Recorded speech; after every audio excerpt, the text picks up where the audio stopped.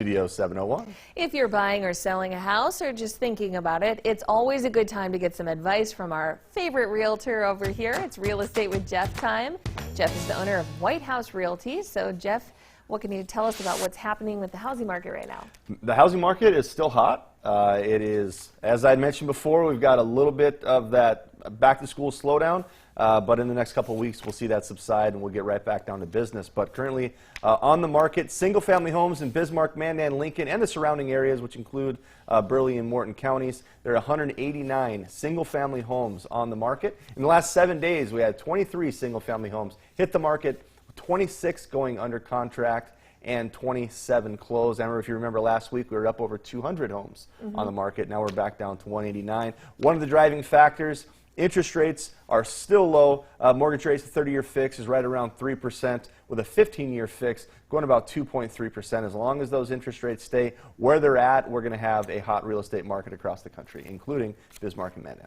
And speaking of that interest rate, I know you've been working on a more long-term market outlook.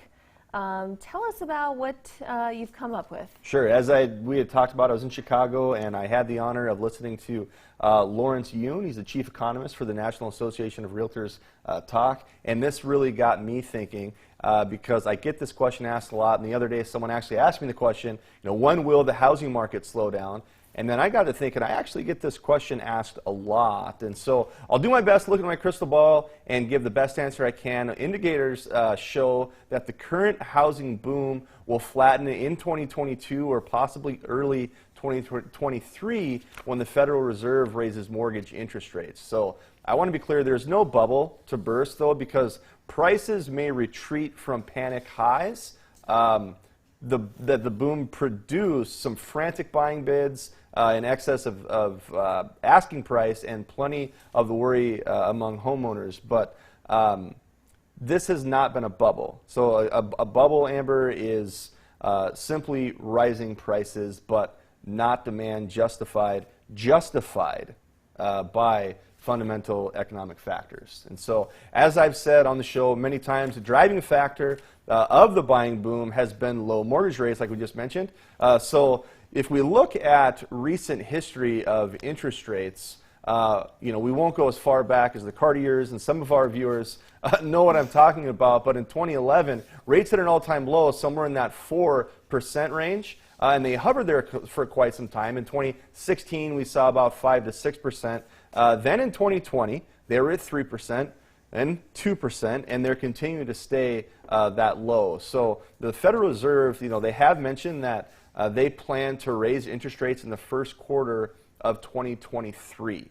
However, they are getting some pressure to do it sooner to help alleviate the pressure on the housing market. So whenever that happens is when we're going to see the market taper from what we have currently. But I do want to make one thing very, very clear.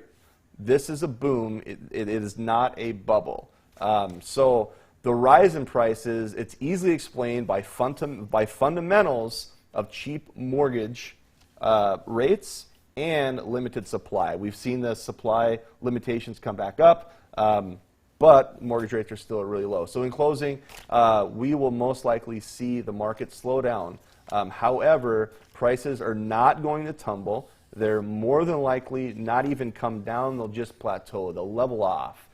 Therefore, if you are in the market for a house, do it while interest rates are low because, again, as I've said on the show multiple times, you have to look at the overall cost of a house. Now, this doesn't only include the purchase price, but it also includes the interest you pay.